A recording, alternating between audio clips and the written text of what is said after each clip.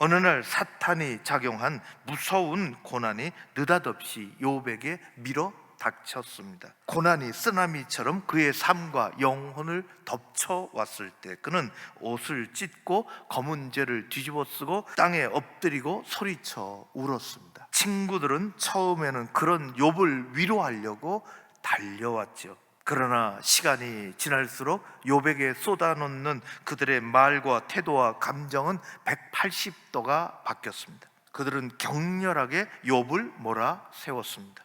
내 고난을 보니 내 죄가 있는 것이고 그것을 우리는 모르지만 우리 앞에 그것을 고백하고 하나님께 죄가 있음을 가지고 나아가 회개하고 그리하면 하나님께서 너의 고난을 면하게 해주실 것 아니냐 하는 것입니다.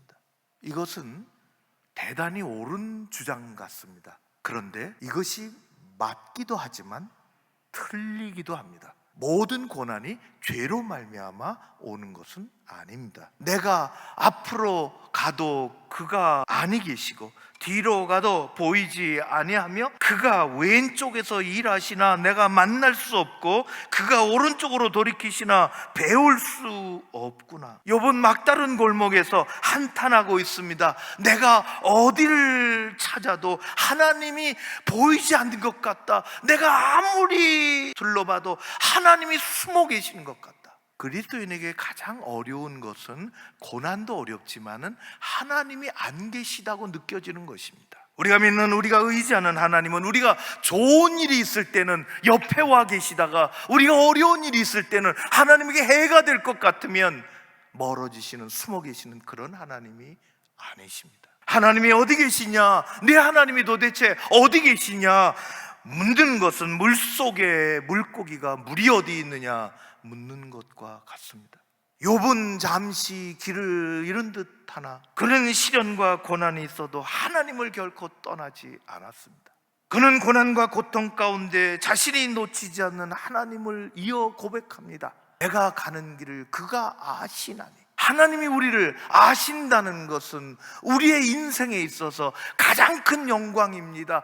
가장 큰 은혜요, 가장 큰 다시 일어날 수 있는 힘이 되는 것입니다.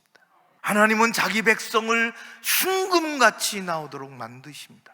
하나님께서 나를 단련하신 후에는 내가 순금같이 되어 나오리라. 어떤 사람은 고난의 풀무불로 말미암아 자신의 삶과 가지고 있던 신앙을 다 태워버리기도 하지만 어떤 사람은 그 고난으로 말미암아 오히려 하나님의 은혜를 더 깊이 체험하고 신앙의 깊이가 더해가는 영적인 승리자로 하나님 그렇게 만들어 가시는 것입니다.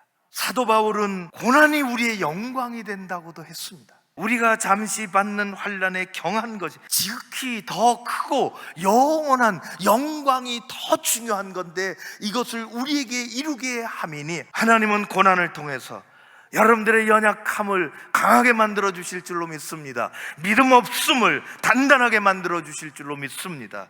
하나님은 하나님을 바라보며 살아가는 그 우리의 믿음의 시선을 바꿔 놓으실 것이고 하나님과의 관계를 탄탄하게 만들어 주실 것입니다. 그는 하나님은 뜻이 일정하시니 누가 능히 돌이키랴.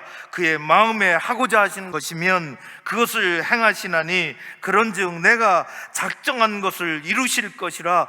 이런 일이 그에게 많이 있느니라. 욥을 고난 가운데서 벗어나고 이기게 하시고 순금처럼 나오게 하시는 하나님의 작정은 욥기 끄트머리 가서 현실로 나타납니다. 하나님은 여러분들이 애매한 고난을 당할 때에 큰 소리로 말씀하십니다. 여러분의 갈 길을 잃어버리지 아니하도록 순금같이 나오도록 고난을 이길 것이라. 하나님은 큰 소리로 말씀하십니다. 마침내 우리 주님은 십자가의 길에서 고난을 이기고 승리하셨습니다. 십자가에는 고난을 이기는 능력이 있지요. 하나님께서는 작정하신 선한 것을 믿음의 길에서 살아가는 여러분들을 통해서 성취하실 줄로 믿습니다. 고난을 이기고 깨끗하게 빛을 발하는 순금처럼 여러분의 삶이 하나님의 손에서 그렇게 되어지기를 간절히 기도합니다.